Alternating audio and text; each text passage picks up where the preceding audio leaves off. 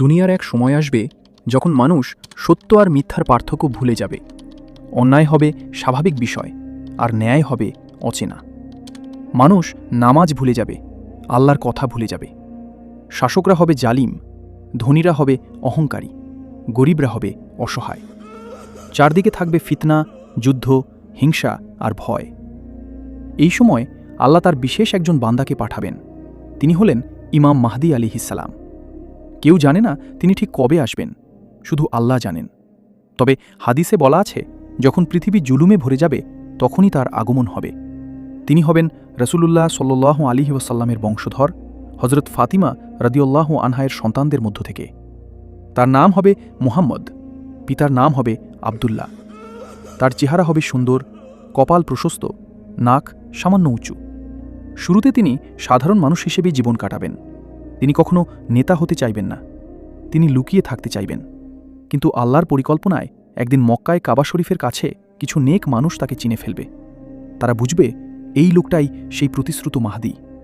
তারা তাকে ধরে বলবে, আপনিই আমাদের নেতা হবেন। তিনি বলবেন, না, আমি যোগ্য নই। কিন্তু তারা জোর করবে। অবশেষে তিনি কান্নার সাথে দায়িত্ব গ্রহণ করবেন। মানুষ কাবা শরীফের সামনে তার হাতে বাইয়াত করবে। তখন থেকেই শুরু হবে তার নেতৃত্ব। খবর চারদিকে ছড়িয়ে পড়বে। অনেক জালিম শাসক তার বিরুদ্ধে সেনা পাঠাবে। একটি বড় সেনাবাহিনী মদিনা ও মক্কার মাঝখানে পৌঁছালে হঠাৎ করে আল্লাহর হুকুমে সেই জমি ধসে যাবে। পুরো সেনা ধ্বংস হয়ে যাবে। মানুষ বুঝে যাবে এটা আল্লাহর সাহায্য। এরপর ইমাম মাহদী শাসন শুরু করবেন। তিনি দুর্নীতি বন্ধ করবেন, ন্যায় বিচার চালু করবেন, মজলুমদের অধিকার ফিরিয়ে দেবেন। মানুষ আবার দিনের দিকে ফিরতে শুরু করবে। কিছু বছর এভাবেই যাবে। তারপর দুনিয়ায় আসবে সবচেয়ে বড় ফিতনা, দাজ্জাল। দাজ্জাল হবে এক ভয়ঙ্কর ব্যক্তি। সে হবে এক চোখে অন্ধ। তার কপালে লেখা থাকবে কাফির, কিন্তু অনেক মানুষ সেটা পড়তে পারবে না। সে নিজেকে খোদা বলে দাবি করবে। সে বলবে, আমি বৃষ্টি দিতে পারি, আমি রিজিক দিতে পারি, আমি জীবন দিতে পারি। অনেকে তার কথা বিশ্বাস করবে। তার কাছে থাকবে দুইটি জিনিস। এক হাতে থাকবে আগুনের মতো জাহান্নাম, আর এক হাতে থাকবে পানির মতো জান্নাত। কিন্তু বাস্তবে তার জান্নাত হবে আগুন, আর তার জাহান্নাম হবে শান্তি। সে মানুষকে বলবে, আমাকে মানো, আমি তোমাকে জান্নাত দেব। যারা মানবে না তাদের সে শাস্তি দেবে। তার কাছে থাকবে অদ্ভুত ক্ষমতা।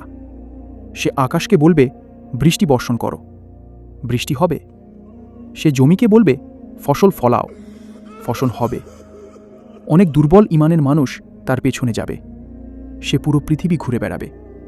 40 দিনে সে দুনিয়ার প্রায় সব জায়গায় পৌঁছে যাবে। শুধু মক্কা ও মদিনায় সে ঢুকতে পারবে না। সেখানে ফেরেশতারা পাহারা দেবে। এই সময় মুসলমানরা খুব ভয় পেয়ে যাবে। ইমাম মাহদীর নিকট কেউ পেয়ে যাবে। ইমাম মাহদী মুসলমানদের নিয়ে দাজ্জালের বিরুদ্ধে প্রস্তুতি নেবেন। একদিন দামেস্ক শহরের কাছে ফজরের নামাজের সময় মুসলমানরা একত্র হবে। ঠিক তখন আকাশ থেকে নেমে আসবেন হযরত ঈসা আলাইহিসসালাম।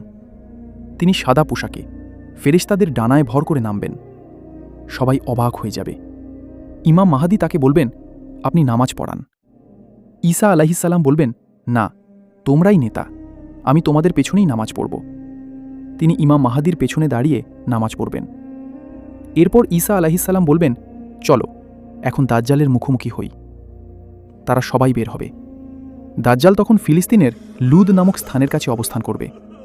যখন সে ঈসা আলাইহিসসালামকে দেখবে তখন সে ভয় গলতে শুরু করবে, যেমন লবণ পানিতে গলে যায়। সে পালাতে চেষ্টা করবে, কিন্তু ঈসা আলাইহিসসালাম একটি বর্শা নিয়ে তার পেছনে ধাওয়া করবেন। লুদ দরজার কাছে পৌঁছে তিনি দাজ্জালকে ধরবেন এবং আল্লাহর হুকুমে তাকে হত্যা করবেন। সঙ্গে সঙ্গে দাজ্জালের ফিতনার শেষ হবে। যারা তার পেছনে ছিল তারা ছত্রভঙ্গ হয়ে যাবে। পৃথিবীর সবচেয়ে বড় বিপদ থেকে মুক্ত হবে। এরপর শুরু হবে শান্তির যুগ। হিংস্র পশুরাও শান্ত হয়ে যাবে। সাপ বিচ্ছু ক্ষতি করবে না। বাঘ ও ছাগল একসাথে থাকবে। মানুষের মনে আর হিংসা থাকবে না। সবাই আল্লাহর ইবাদতে মনোযোগী হবে। ঈসা আলাইহিসসালাম পৃথিবীতে কিছু বছর থাকবেন। তিনি ইসলামের শরীয়ত অনুযায়ী চলবেন, ক্রুশ ভেঙে দেবেন, মিথ্যা বিশ্বাস শেষ করবেন। ইমাম মাহদী প্রায় 7 থেকে 9 বছর শাসন করবেন। এই সময় পৃথিবী হবে শান্তিতে ভরা। একদিন তার ইন্তেকাল হবে। মুসলমানরা কাঁদবে। তাকে সম্মানের সাথে দাফন করা হবে। এরপর ধীরে ধীরে সময় আবার বদলাতে শুরু করবে। কিয়ামতের বড় আলামতগুলো আসতে থাকবে। এভাবেই শেষ যুগের এই মহাকাহিনী পূর্ণ হবে। ইমাম মাহদি, দাজ্জাল, ঈসা আলাইহিস সালাম এবং ন্যায়ের বিজয়ের মাধ্যমে।